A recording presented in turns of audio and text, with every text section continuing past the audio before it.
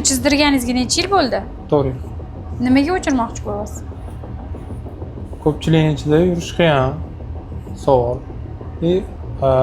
Masjidga borib namoz o'qishga Xijolat bor. xijolat ekan, mahoratda ham.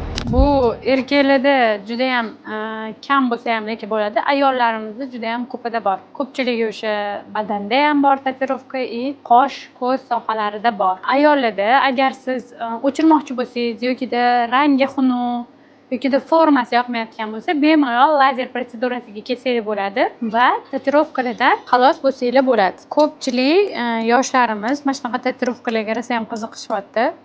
Buni chizdirish juda ham xohlagan odamlar shu 1-2 kunlik nakleykalarni yopishtirib tursa ham bo'ladi. Bu chizdirish oson. Mana hozir o'zlari aytyapti, chizdirganda umuman og'rimagan, kun o'chirganda juda og'riqli bo'ladi. Shuning uchun chizdirmasliklarini tavsiya qilgan bo'lardim. Muolajamizni tugatdik. Bizda eng oxirgi modeldagi lazerlar bo'ladi. Bemalol tatuajlarni va boshqa muammolar bo'yicha ham apparatlarga bemalol murojaat qilsangiz bo'ladi.